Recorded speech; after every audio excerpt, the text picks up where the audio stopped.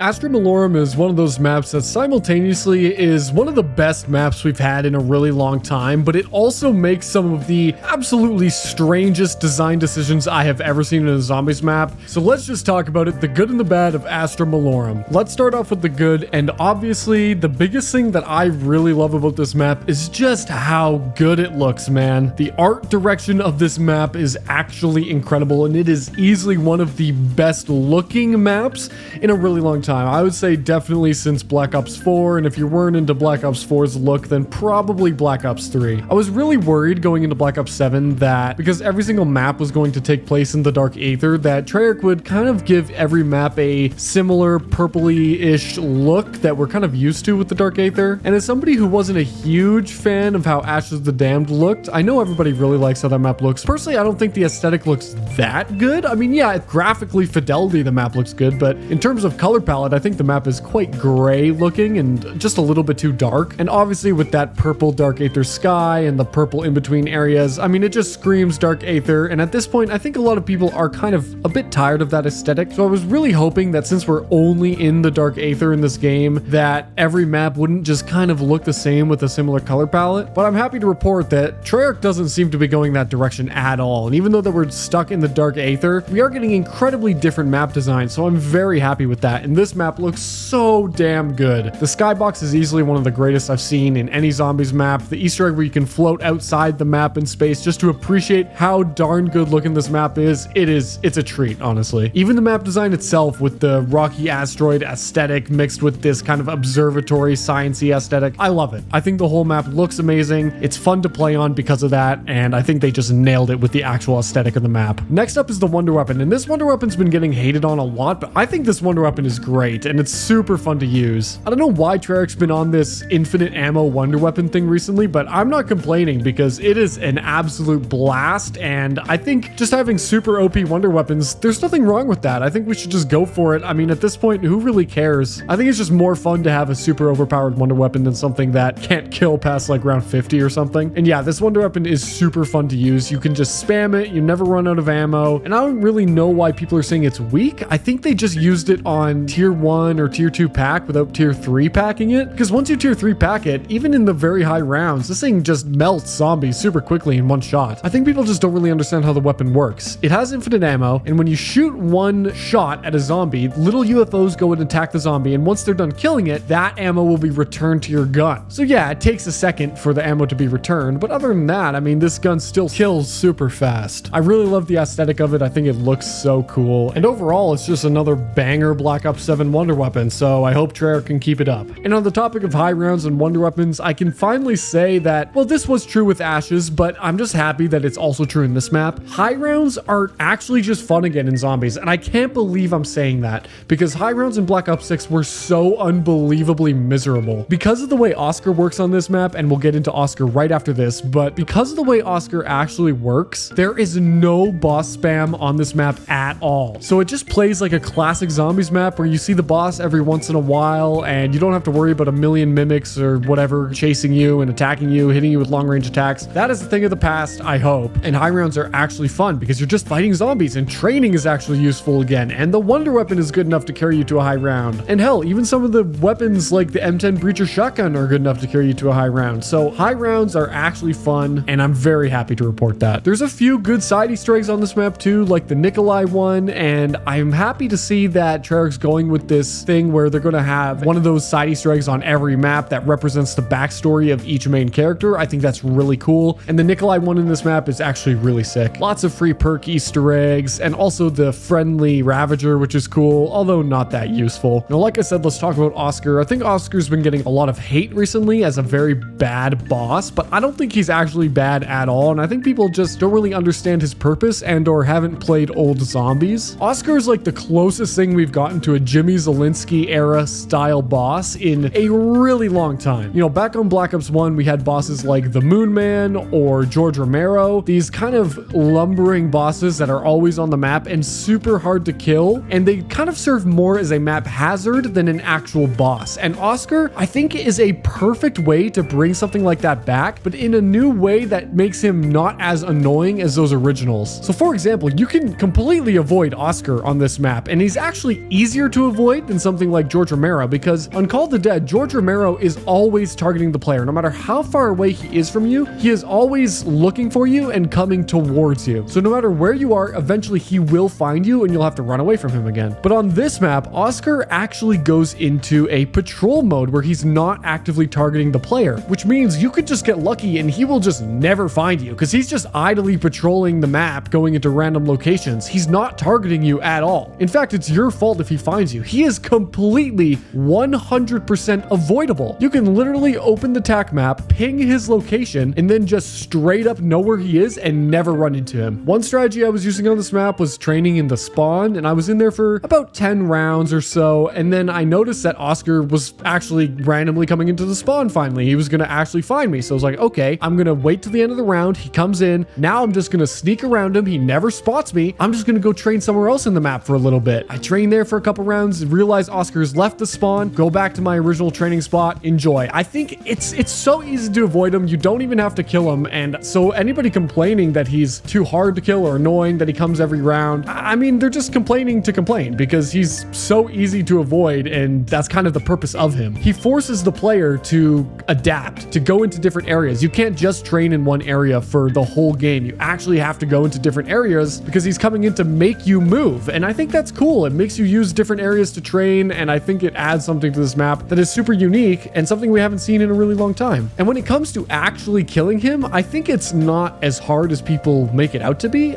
You have to use the wonder weapon, and I think that's where people are going wrong. You're supposed to use the wonder weapon, put all of your discs on him that are constantly attacking him. They do a ton of damage to him, and then you whip out your M10 breacher shotgun or something like that to really finish him off. That is how you take out Oscar efficiently, and that way you can take him out pretty well, and he's not that hard to kill. The one thing I will say is that because he is decently hard to kill, I think he should give something when you go and kill him other than just a useless toy robot. He should definitely give you a max ammo at the very least. I think a free perk is too far. There's already quite a few free perk Easter eggs on this map, so I don't think that's really needed. But yeah, a max ammo or even like a fire sale, just something, or just a random power up. The fact that he doesn't drop a power up is pretty absurd. So I think that's one thing they could change about him. But overall, I don't think Oscar is poorly designed. I think he's fun to fight. I think he's easy to avoid if you don't want to fight him. And it really gives that classic zombies feel that we haven't had in a really long time. So Treyarch, don't nerf him. I think he's cool. And like I said, because he's always on the map and always looking for you, well, not even looking for you, but just patrolling the map, it means that there's no boss enemy spam because Oscar's on the map. He is the boss. So you don't have to worry about a ton of mimics coming to get you or something like that. It just makes this map so much more fun. I would highly rather have a boss like Oscar to avoid and have some sort of counterplay strategy around rather than just spamming me with 100 bosses like you would on Black Ops 6. That is just not fun, and I think this is way better designed. The next thing I loved about this map was actually the Mars location. I think something like this in an Easter egg where you unlock a whole new location and you're not expecting it is so cool. It is just, it adds so much more play space to the map. It's so cool on your first playthrough to see it, and I think me and my team's reaction when we were first in the world to get to this location says it all. No freaking way. Oh, we're being sucked in. It sucks us in.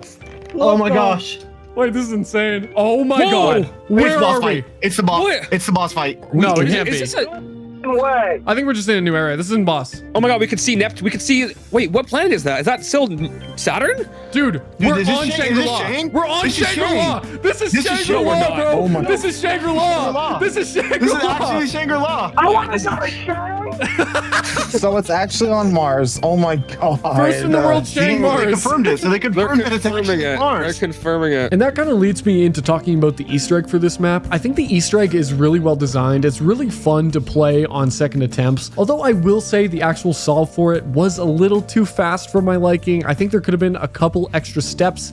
It just feels a little too short, and I think some of the puzzles are just not quite complicated enough to where they're just actually hard to find on your first try. I think a bit of an extended hunt would have been a lot more fun, and I think this Easter egg just ends too quickly. Like, it just seems like you get through it very fast. But overall, the Easter egg design of what is there is really fun. It's fun to complete on every time, and it's fun to speedrun through. true. I think it's a good designed Easter egg. I particularly really like, of course, getting to the Mars step. The bird step once you're on Mars, I think is really good. It was a little frustrating at first, but now once we all kind of understand exactly how it works, I think that step is really fun. Of course, cutting the brain out of the guy and all that stuff, that was fun. Aligning the planets, aligning the statues, those are all good steps, fun to do on every playthrough. It's a good Easter egg. And the boss fight, I do think is fun, or at least 3 out of 4 phases of the boss are fun. We'll get into the boss fight later because I have a lot to say, and I'm not sure if I actually like or dislike the boss, but pre-patch, when you could use the Frenzy Fire augment to absolutely decimate the boss and do a Wonder Weapon duplication glitch to have all 4 of your teammates have the Wonder Weapon plus Frenzy Fire, yeah, that was fun. And I think stuff like that, they should just leave in the game, because if the players are able to use the mechanics already in the game to find little fun strategies to beat the boss quicker, I don't see who that really hurts. I think that's just more fun. And I do think that is one aspect of Treyarch actually nerfing fun. And I hate to say, oh, Treyarch's nerfing fun. I hate when people say that, because when there's a glitch, you got to fix a glitch, okay? If it's actually game breaking, then you have to fix it. But I think this was one case where this genuinely was just fun, and I don't think it needed to be changed. The last thing I will say on the boss that I do really like is some of the counterplay that you can get with the augments, and I don't think this stuff is going to change. Stuff like the PhD augment, where you don't take environmental damage, which allows you to slide through the fire attacks and the purple flames when he drops them from the big rock, that is really good. The fact that you can use an augment like that and that counterplay exists is very fun. That definitely won't get changed, so that is a fun part of the boss fight. And like I said, I think it's one of those bosses where the more you play it, you find more tricks and things to do. Like, we found that the M10 Breacher shotgun is insane against it, and that sort of thing is fun. I think that a boss fight that's this challenging and particular, it's very fun to keep running it, keep trying different strategies and finding new ways to beat it. I do really like that aspect of this boss fight. So now let's actually get into the bad of the map. And first of all, I already kind of touched on it, but the Easter egg for this map is just a bit too short, and I wish they added a couple more steps, or at least a few more puzzles that were actually tricky to solve and required a little bit more thinking beyond just brain dead puzzle solving. I wonder how to align these planets. Maybe it's the papers around the map telling me exactly where they need to go, and I just shoot them into the position. I mean, in an old Easter egg, you would expect that there would be a little more that went to that step, but it's just as straightforward as it sounds in this Easter egg. The second thing about this Easter egg that I don't like is how many dead ends there are. It's very strange how many things don't get used, and I don't even think are used for side Easter eggs. Now, correct me if I'm wrong in the comments. Are the clocks that you punch around the map to go into slow-mo mode, are those used for any kind of side Easter egg? I'm not sure. I haven't seen it, and it's definitely not used for the main quest. I mean, that's something that would be so obvious, and we thought was something that would be used, and it just seems like it doesn't really do much. Very surprised that that wasn't for the main quest. Secondly, putting the Wonder Waff back on Tessie, that just goes nowhere, and you don't have to do anything with that for the quest. Very strange. Thought that would be used. And then those random artifacts on Mars, the lava lamp, the toilet, the spacesuit, like, why are those there? They're not used for the main quest. It is so deceiving to get to a full new location, and then you see these literal objects that look like you have to interact with them and do something with them, and then they just do nothing. It's very weird. Now, I'm sure some of these things are probably used for cursed relics later to be solved, but honestly, it just feels like bait at this point. Like, these should have been used for the main quest, and it would have made the quest a little bit longer too. So I'm just a little bit disappointed that none of that went anywhere or got used at all. Also, the toy when you kill Oscar, I cannot believe that's only used for a side Easter egg. That's insane, honestly. And that being the only reward for killing Oscar too is crazy. The second thing about Oscar, which I didn't mention, which is actually a negative about this map, is the amount of RNG associated with him. Every single early step of the Easter egg requires you to spawn a new Oscar in, because you're going to keep killing him. And the fact that he can take longer sometimes, like, is crazy. I've been able to get the Wonder Weapon before like round 9 on some attempts because I get Oscar so early. And then on other attempts, Oscar will refuse to spawn in until like after round 14 for no reason. And I don't know why that is. Certain steps should be able to trigger Oscar to spawn automatically, or there should be some sort of side quest to just always spawn Oscar to get the egg done faster. I think it's crazy how much RNG is involved with actually getting him to get into the map. And that being said, the way you have to kill him and push another round and push another round, everything in this Easter egg makes you push rounds. And I think that's kind of just not as good design of an Easter egg. And Treyarch's been leaning into this recently, and I'm not a fan of it, especially the whole thing. And Treyarch's kind of been doing this since Black Ops 3, but it's the most I've ever seen it in Black Ops 7. And that is when you fail an Easter egg step or just do something slightly wrong, you have to go to the next round in order to to retry the step. I think that's so lame. It's obviously just arbitrarily making the Easter egg harder, making more zombies spawn in, making you have to do it mid-round, and that's just not fun, and I think they should try and get away from that sort of design. Lastly, let's talk about the boss, and like I said, I like the boss overall, but there is so much wrong with the design of this boss, in my opinion. First of all, although the first phase is cool looking when you're fighting the skull, it's super unnecessary and just way too long. It takes so long to fill the soul boxes because they don't spawn enough zombies for you. And then when the next phases come in, when you're actually fighting the boss, they don't shy away from spawning like 1,000 zombies on you. Well, that would have been nice for phase 1 when we were actually trying to fill souls. Not to mention, none of those zombies drop enough armor at all, so you're forced to grind points before going into the boss fight so that you can buy armor mid-boss, because you don't get max armors or max ammos between phases. Which is crazy because this boss fight is like one of the longest we've ever had in a Treyarch game.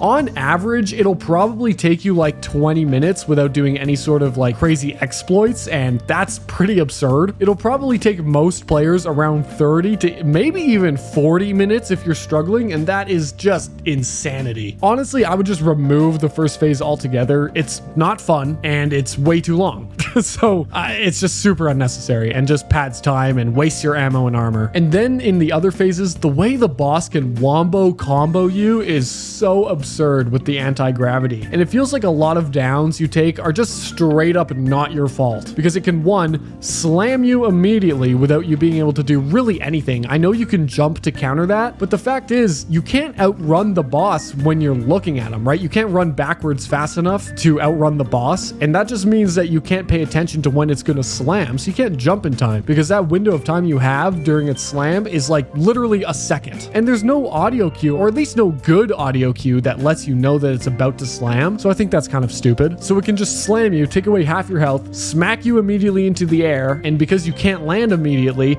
it's going to throw a rock at you and then just down you. Or half the time it will just trap you in a corner, and then there's just nothing you can do about it. The way I would personally fix the boss, and I know they can't do that at this point, but I would have, one, taken out phase 1. I think it's redundant and annoying. And two, I would have just given a very clear and distinct sound cue for every different attack that the boss is about to do.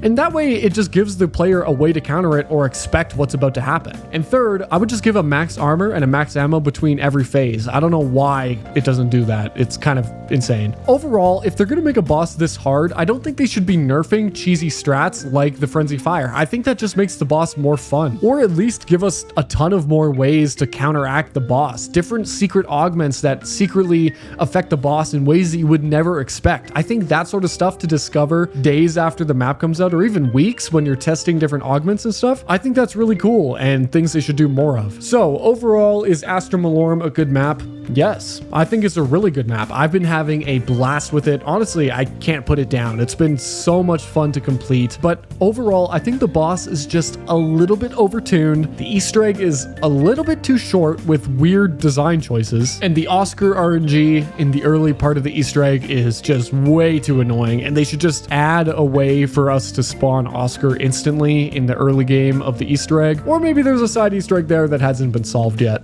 Who knows? Would I recommend you try the map? Absolutely. It is very fun, but will it age to be one of the greats? I think the way the boss fight and the Easter egg sits now, I don't think it will, but it is definitely one of the better maps we've had in a really long time. I'd probably put it high B tier, maybe even A tier. I've been having a lot of fun with it, but let me know what you guys think in the comments. I will see you all very soon.